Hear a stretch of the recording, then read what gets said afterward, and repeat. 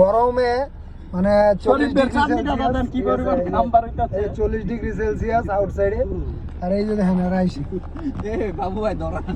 Hello guys, কি অবস্থা? দেখেন অবস্থা। এই যে দুইজন, এই যে দুইজন, এই নিজেই তো দুই, এই যে এনে দুইজন, চারজন আর আমি একজন।